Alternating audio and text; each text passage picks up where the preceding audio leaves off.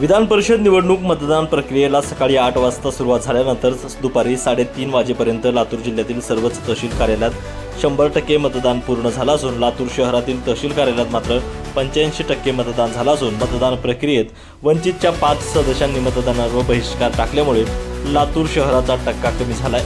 लातूरच्या तहसील कार्यालयातून आढावा घेतलाय आमचे प्रतिनिधी नितीन बनसोडे यांनी। विधान परिषद निवडणूक मतदान प्रक्रियेला सकाळी 8 वाजता सुरुवात झाल्यानंतर दुपारी 3:30 वाजेपर्यंत लातूर जिल्ह्यातील सर्वच तहसील कार्यालयात 100% मतदान पूर्ण झालं असून लातूर शहरातील तहसील कार्यालयात मात्र 85% मतदान झालं असून मतदान प्रक्रियेत वंचितच्या 5 सदस्यांनी मतदानावर बहिष्कार टाकल्यामुळे लातूर शहराचा टक्का कमी झालाय।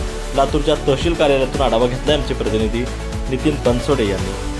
लातूर जिल्ह्यामध्ये विधान परिषद निवडणुकीच्या साठीचे मतदान जे आहे ते सकाळी 8 वाजल्यापासून सुरू झालेलं आहे आणि त्यानंतर जर पाहायला गेलं तर 8 वाजतापासून जे मतदान सकाळी 10 वाजेपर्यंत संत गतीनं सुरू होतं। मात्र त्यानंतर या मतदान प्रक्रियेला जे आहे ती गती आलेली आहे आणि आपण पाहतोय लातूरच्या तहसील कार्यालयामध्ये सकाळी 8 वाजल्यापासून हे मतदानाची प्रक्रिया जी आहे ती सुरू आहे।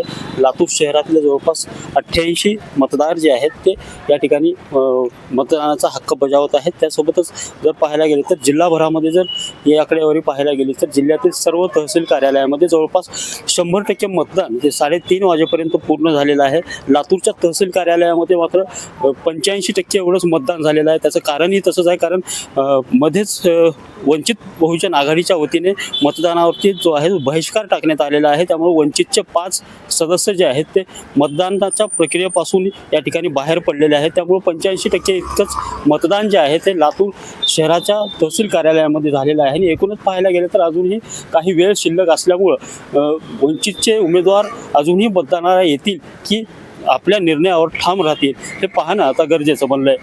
कॅमेरामन सुनील गवळीसह नितीन बनसोडे, एकमत डिजिटल।